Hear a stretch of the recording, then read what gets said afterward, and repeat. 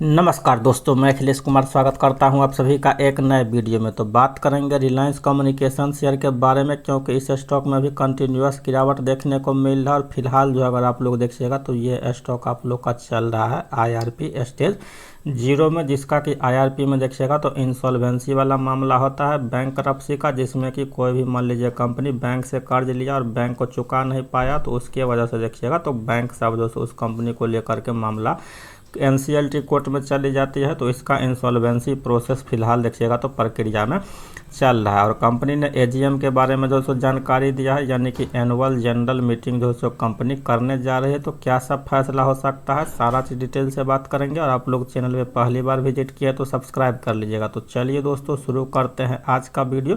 तो कंपनी की ओर से देखिएगा जनरल मीटिंग 21 मतलब कि 21वां एजीएम के बारे में कंपनी की ओर से जानकारी दिया गया है। The propose appointment of the independent director by share holder shall be made through the special resolution under 25(2)(a) for the security and SEBI exchange board of India की ओर से जो भी नियम है उस हिसाब से देखिएगा तो इंडिपेंडेंट डायरेक्टर कंपनी नियुक्त जो करना चाहती है, जो भी मिनिस्ट्री ऑफ कॉरपोरेट अफेयर का नियम है उस हिसाब से भी देखिएगा तो कंपनी चल रही है। आइटम नंबर 3 देखिएगा, व्हिच आज propose to pass the ordinary resolution shall be propose by the Shrimati Priyanka Agarwal को इंडिपेंडेंट डायरेक्टर कंपनी बनाना चाह रहे हैं। तो ये सारा चीज़ों से आप लोग का एजीएम में फैसला हुआ है। तो इस वजह से देखिएगा तो कंपनी की ओर से काफ़ी ठीक ठाक जानकारी लगता है कि दिया गया है। यहाँ पे देखिएगा तो notice was sent by the share holder of the company was on 8 September subsequent which has knowledge for the propose appointment of the independent director share holder made through the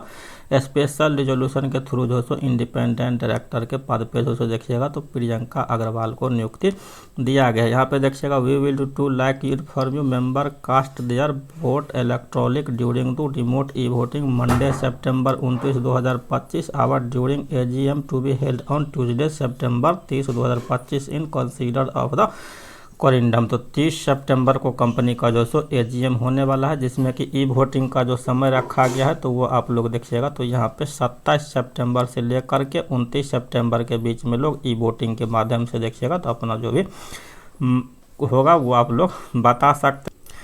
तो आईआरपी स्टेज 0 में देखिएगा क्या सब होता है, financial और operational देखिएगा creditor होता है, जिसमें कि एक company failure to pay debts can lead to creditor filing on application with the NCLT to start the CIRP. तो मान लीजिए कोई भी लोन लिया और चुका नहीं पाया तो वो पहला मामला बनता है आईआरपी स्टेज का, जिससे कि एनसीएलटी कोर्ट में जो भी क्रेडिटर मतलब जो कर्जदाता है वो जो मामला को ले जाता है। तो इसको आप लोग देखिएगा central bank, bank of India, बहुत सारा बैंक जो रिलायंस कम्युनिकेशन को कर्जा दिया था जिसको कि कंपनी ने चुका नहीं पाया, और कुछ फर्जीवाड़ा भी देखिएगा तो सीबीआई वगैरह का छापा कंपनी के ऑनर्स पे पड़ा था। The application the creditor submit as petition और application to the NCLT court में समझिए तो जो भी बैंक सब है आप लोग का, सेंट्रल बैंक हो गया, बैंक ऑफ इंडिया, ये लोग एप्लीकेशन इस कंपनी के विरुद्ध फाइल कर दिया है। तो बहुत जल्दी प्रोसेस धीरे धीरे करके होगा, 6 महीना साल भर लगेगा।